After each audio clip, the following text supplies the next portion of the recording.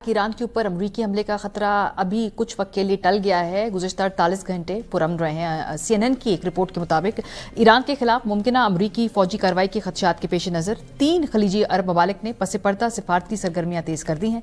Saudi अरब, Qatar और Oman अमरीका के करीबी इत्तेहादी होने के बावजूद ईरान पर हमले के मुमकिना नताइज पर शदीद तशवीश में मुब्तला है।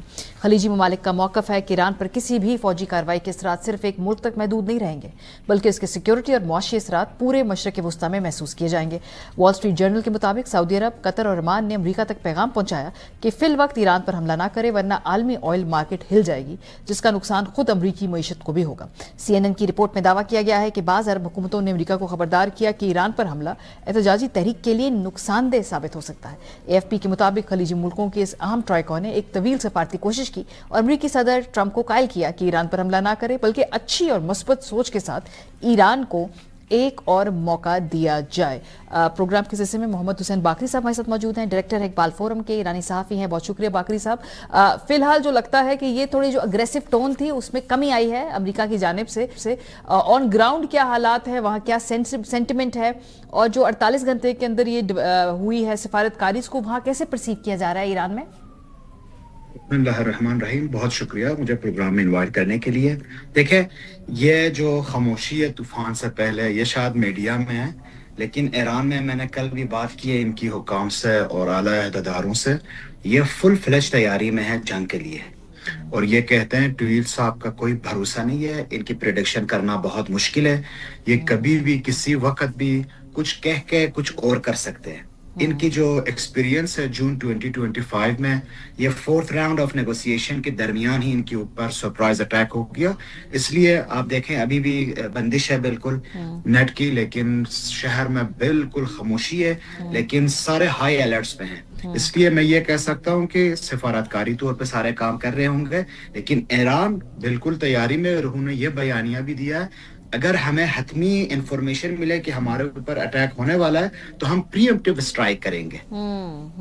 सो कोई डिप्लोमेटिक जो कोशिशें हैं इससे पहले ईरान की जानिब से की जा रही हैं, उसमें क्या क्या सिग्निफिकेंट कोशिश है, और सफारती तौर पे ईरान किन किन ममालिक को रीच आउट कर रहा है, या अब इस वक्त डिप्लोमेसी से मामला आगे निकल चुका है?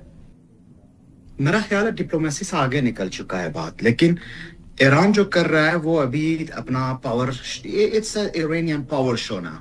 सारे ममालिक स्पेशली अपने हमसायों को बहुत क्लियर मैसेज गई है कि अगर आपके सरजमीन से ईरान के ऊपर किसी भी तरह के अमेरिकी जा रही है या अटैक होता है तो ये याद रखें हम अमेरिकन बेसिस और अमेरिकन इंटरेस्ट आपके मुल्कों के अंदर को हिट करेंगे।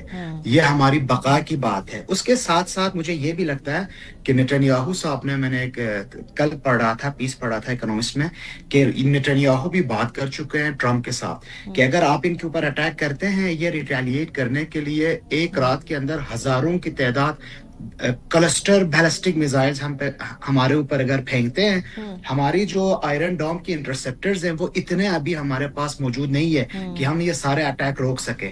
तो हमें थोड़ा और टाइम देना चाहिए। मेरा ख्याल है ये टाइम ईरान को नहीं दे रहा है ट्रंप, ये टाइम इजराइल को दे रहा है। और आप जैसे कहा कि इसराइल ने कहा है कि अभी उनको भी जो पिछले साल कॉन्फ्लिक्ट हुआ उसके नतीजे में उनकी आयरन डोम टेक्नोलॉजी जो है उसके बाद उनको उसको कैपेसिटी को दोबारा रीबिल्ड कर रहा है, उसके लिए वक्त चाहिए है।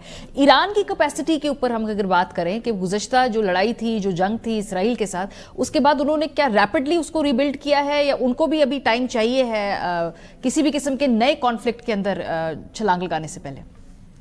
मेरा ख्याल है टाइम तो सबको चाहिए, लेकिन ईरान उस एक्सपीरियंस के बाद, जो मैं खुद तेहरान में लोगों से बात भी कर रहा हूँ, इकबाल फोरम के डायरेक्टर हूँ, तो डिफरेंट लेवल पे मैं बात कर रहा हूँ। मुझे लगता है अभी इनकी जो ज़र्रात खाने हैं, जो मिसाइल बैलिस्टिक के अंडरग्राउंड इनकी जो स्टॉक पाइल है, वो काफी हद तक ज्यादा है। और वो उस अटैक की बात तो इन्होंने अपना काम शायद 10 गुना ज्यादा तेज करके एक बहुत बड़ा स्टॉक पाइल तैयार कर रखे हैं, क्योंकि इनको पता है। और इसीलिए ट्रंप साहब बार बार कह रहे हैं कि हमने ये जो न्यूक्लियर एनरिचमेंट नेगोशिएशंस है उसके साथ साथ आपकी जो मिसाइल बैलिस्टिक है उसके ऊपर भी नेगोशिएट करना चाह रहे हैं। और supreme leader of Iran very clear cut बता रहे हैं कि ये हमारा डिटरेंस पावर है, इसके ऊपर हम बात नहीं करेंगे। आप जब हमारे ऊपर अटैक करेंगे तब आप देखेंगे कि हमारे जो स्टॉक पाइल है वो कितना हैरान। ٹھیک ہے کہ ان کے پاس بھی انفارمیشن ہے. اچھا باقی صاحب جو ابھی میں دیکھ رہی تب سے تھوڑی دیر پہلے رضا پہلوی کے جو بیٹے ہیں وہ اس وقت پریس کانفرنس کر رہے تھے.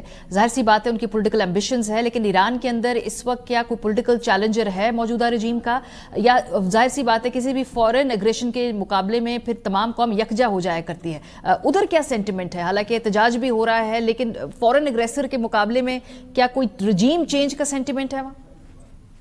ایرانی لوگوں اور عوام کو سمجھنے کے لیے ان کے ساتھ رہنا بہت ضروری ہے. یہ پریڈکٹ کرنے میں بہت مشکل قوم ہے، لیکن میں آپ کو آن دا گراؤنڈ ریالٹیز بتا دوں کہ رضا شاہ پہلوی صاحب کے جو چاہنے والے ہیں 5% سے بھی کم ہیں.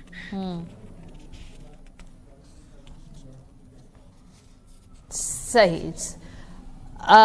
اس وقت ہماری جو باقی صاحب سے رابطہ ذرا منقطع ہو گیا، انہوں نے پہلے ہی بتا دیا تھا کہ انٹرنیٹ کے وہاں پہ مسائل ہیں، ایسا ہو سکتا ہے.